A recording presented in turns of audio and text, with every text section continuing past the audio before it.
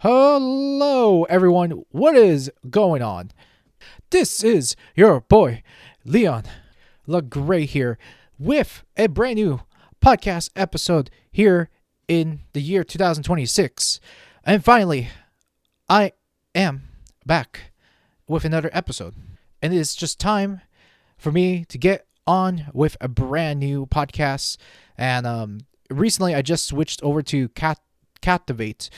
Very recently, just got a brand good deal off of this hosting podcast, and my God! So, just want to go and say real quick for those that stick around, and for those that have been waiting for so long for a brand new podcast, thank you for understanding. I know you probably are saying, "Where have I been?"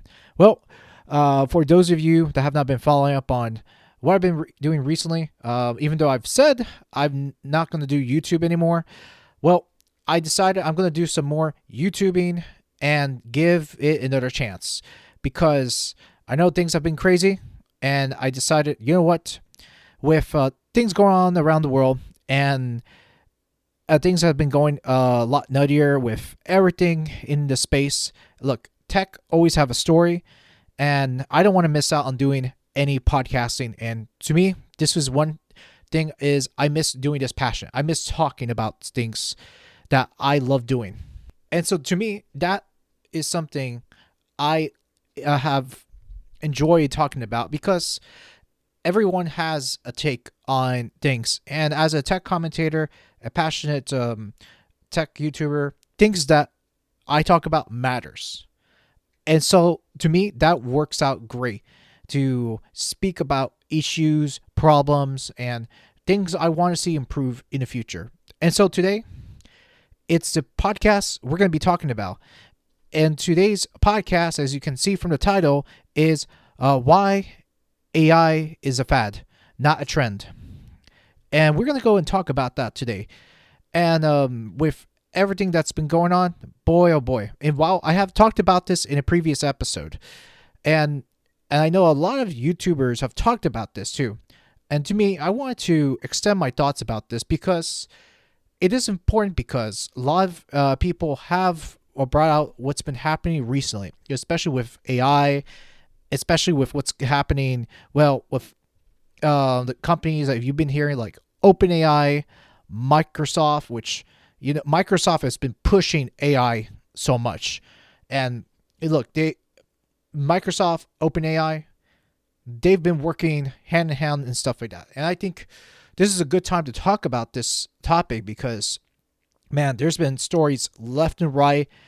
So much I can see that, especially coming from Microsoft's camp, that camp has been a mess throughout many months ever since they took off Windows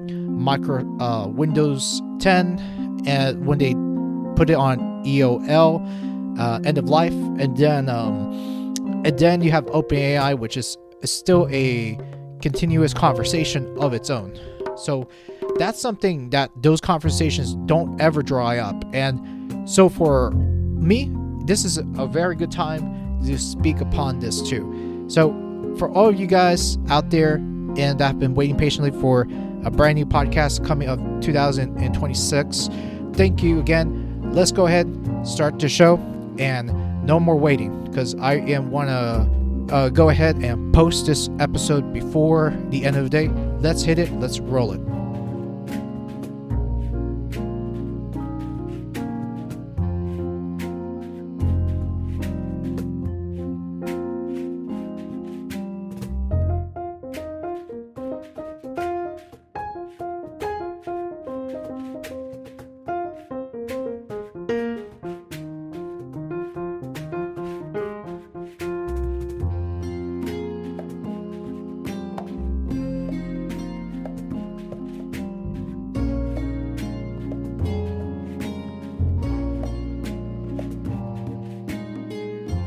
So I want to go ahead and start off with the podcast talking about first and foremost is Microsoft, what I've said from the beginning. And I'm going to get into AI and rail the living crap out of them because this is important because with everything happening And as you guys know, that I'm sure many of the articles I've been seeing from ZDNet, Computer World, and many other tech outlets are speaking upon this too, and they're just saying, Microsoft, what the hell?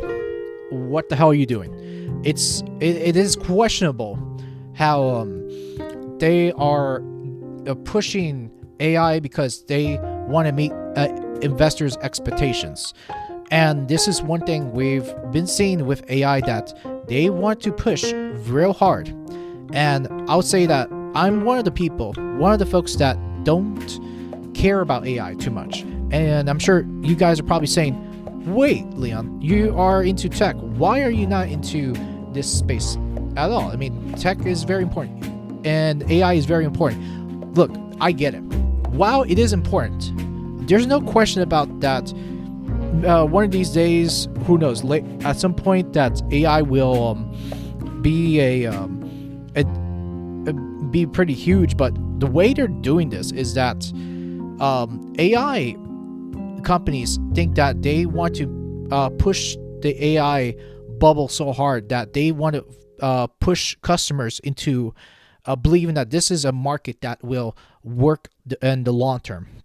And also, if you ever seen or gone into places like Instagram or Spotify and all the AI slopification of AI, you'd know that AI is actually, I would say it's very garbage right now. It's just trash, literal trash.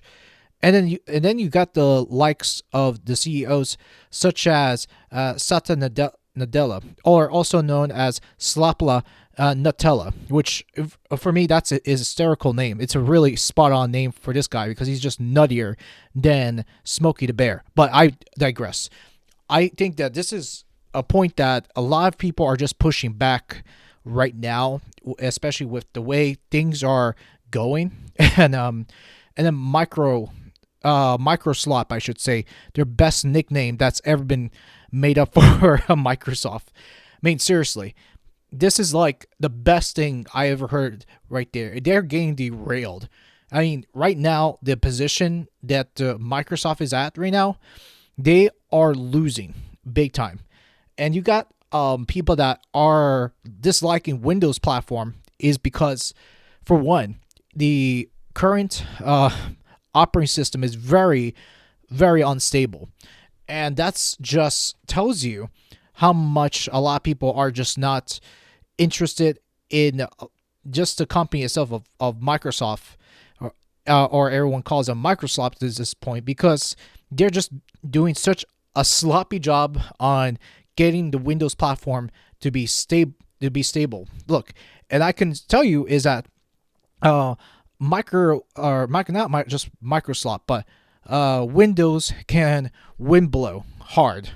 Or I would add on this is that they probably can just go and wind bloat, because it's very bloaty and it's very unstable. You have to question what in the world when they started to release 24H2 updates and then 25H2, and these patches, these upgrades, you should call it. First of all, these Windows updates was supposedly have a purpose, is to keep your performance of your system well. But then you look at where it's going with Microslop.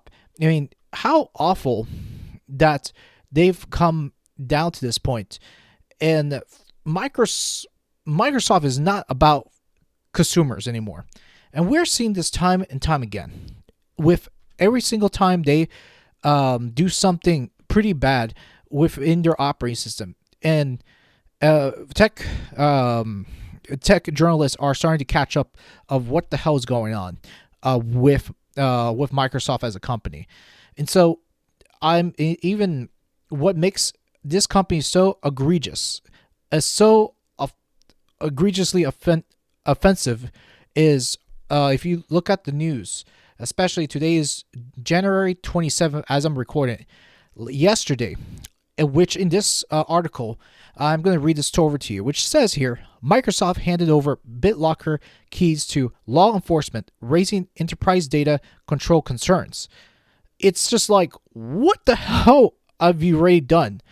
And this is why many people have lost complete trust over you. What the hell? What? Okay, and that's one article I've come across.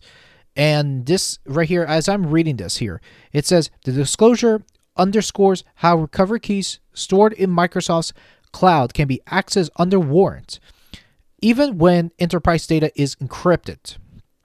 Microsoft gave Windows users BitLocker encryption keys to U.S. law enforcement officers, providing access to encrypted data.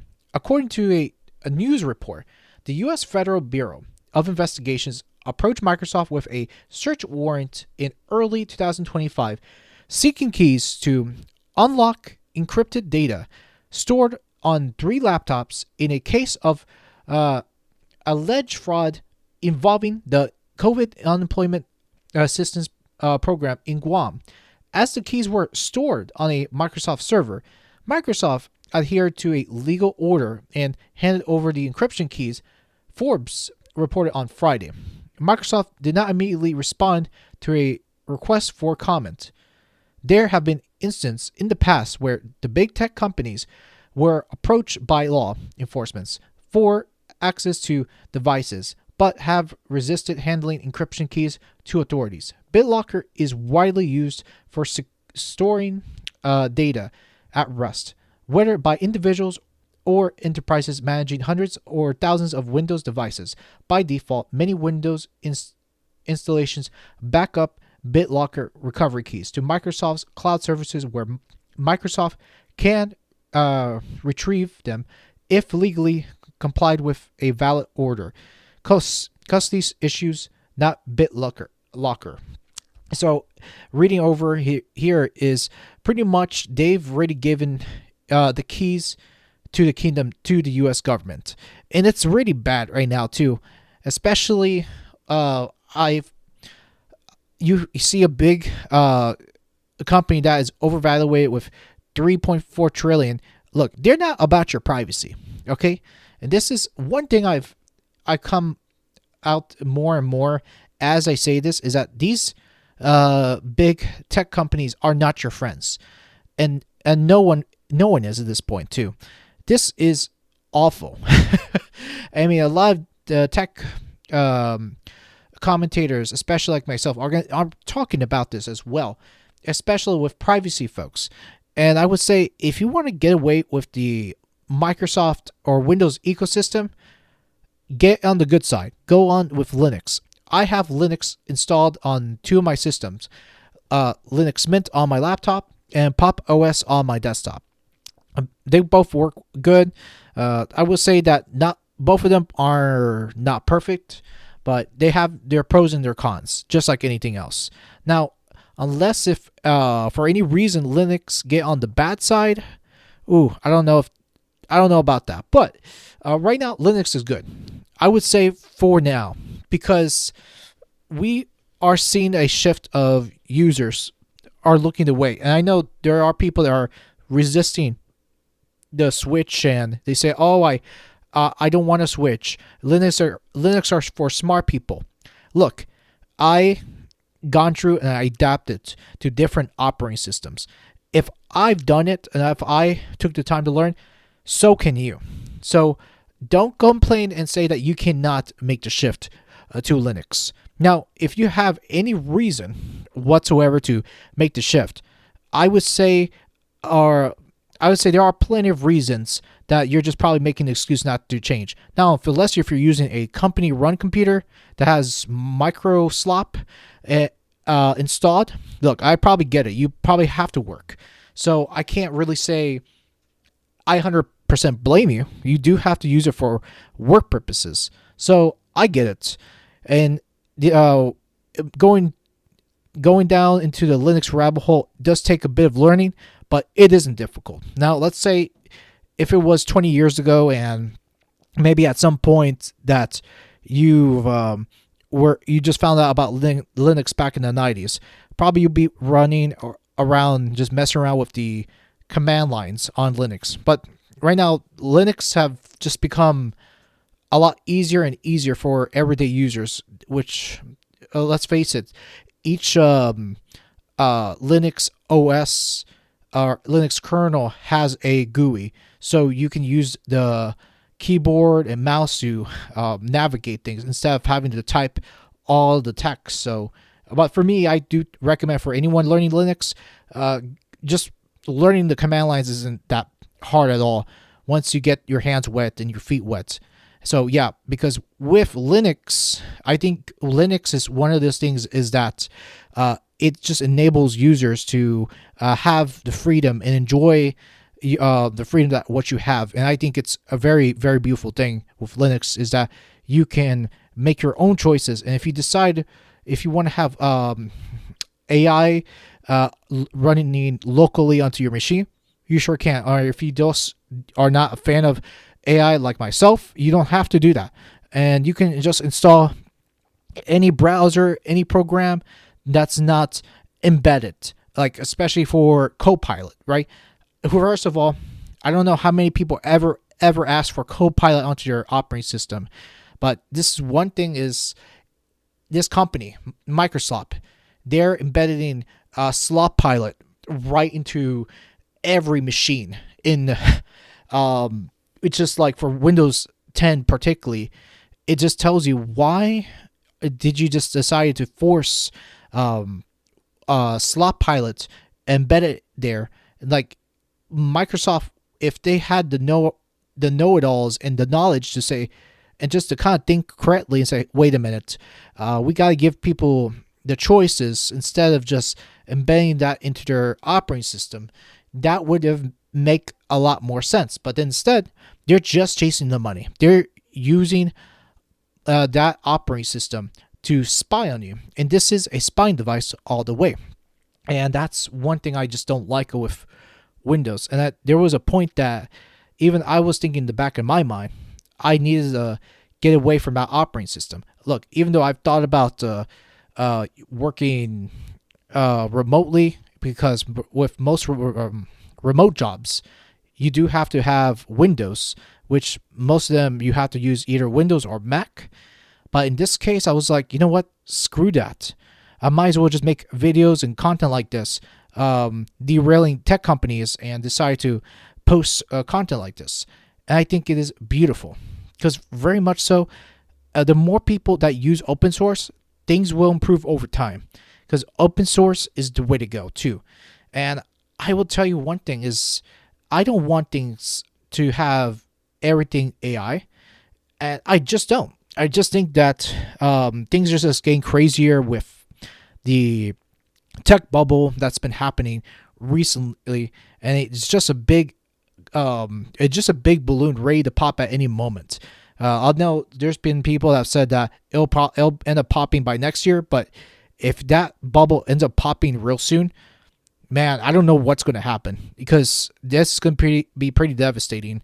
And look, I will say that the good thing, if the bubble does pop, is that it's going to leave people to come back into getting into PCs and getting in their people into building their first computers or start building new PCs at this point. Because look, I would love to see computers, people building their own stuff, because that would be awesome.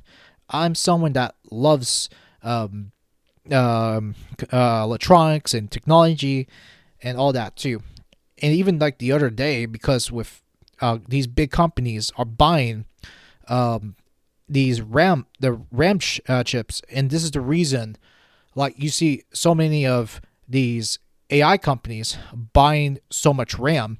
It makes things a lot harder for companies, and not just for companies. Excuse me. I mean, those big guys are doing well, but for the average consumer, they're being screwed right up the ass because they don't even have a cheaper alternative or cheaper option to buy RAM, because most of them you see like online, like on Amazon Newegg, and other places you go window shopping, you can't even find a good, decent RAM price. Like when I first built my PC many years ago, this was before this whole craziness of the whole PC craziness with companies buying the RAMs left and right.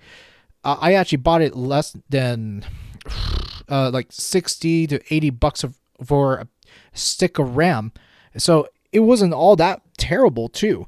But still, I mean, you gotta really consider and let's say if your RAM stick goes bad, you'll have to probably think about taking care of your own current PC while you have it right now too.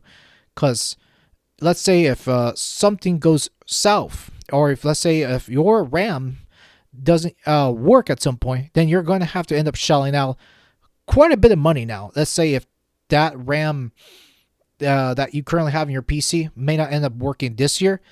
I mean, this is going to hurt consumers, and I don't know what to tell you, because there will be a point that this is going to drive people away from building PCs, and this is one thing I really hate. What's been happening with the industry, and the fact that they are just pushing AI down of everyone's throat for so long. I would say, when I say for so long, I mean for over the past few years now, because they really want people to start using AI. Look, I've already talked about stuff like OpenAI before, and Sam Altman. He's been in the news at some point, and what's hysterical about him is even recently that there was an interview, or he was probably in the WEF. He was saying that we don't want to rely on ads, but ads will be our last resource if we have to. But then guess what? Some time ago, they're now looking into putting ads on ChatGPT and all in their products now, because they just can't afford it too. Because it makes sense, because how do you plan on running a company without any ads, without any money coming in? Because there is no money coming from AI.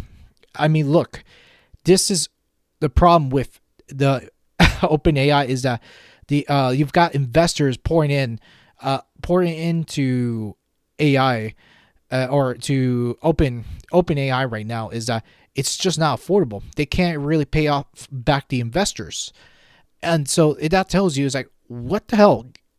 It's like he's already got money thrown on him and putting in these risks on it. But now you see the bigger picture, and you've seen headlines where that bubble is going to end up bursting, because again, how do you even make a profit?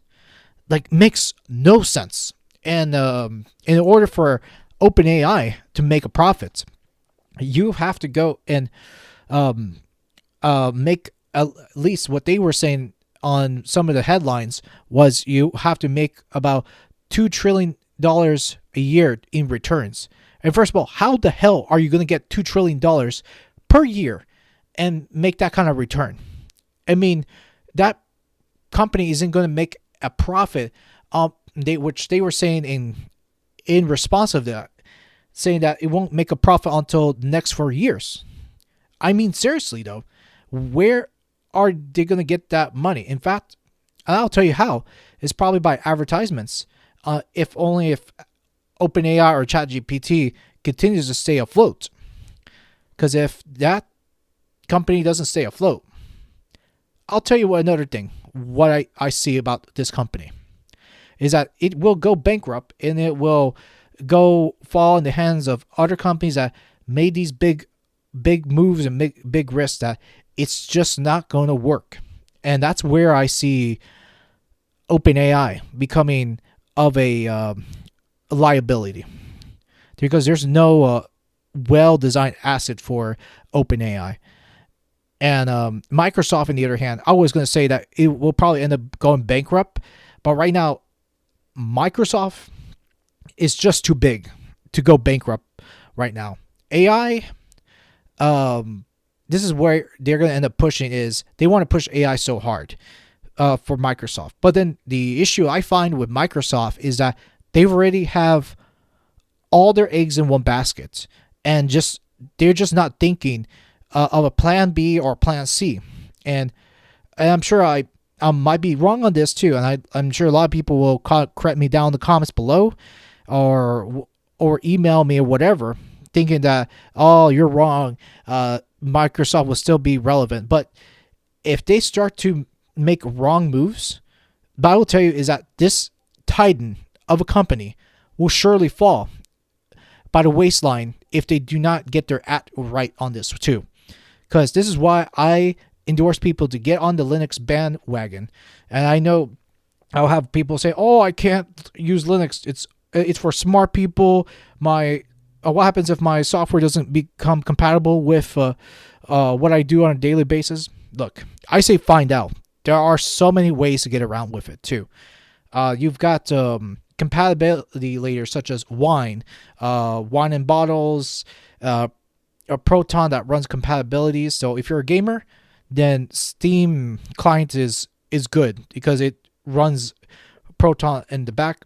And I would say, and also the past issues with Linux was graphics cards. Is that you won't have any issues if you're running like graphics cards such as NVIDIA, Radeon graphics.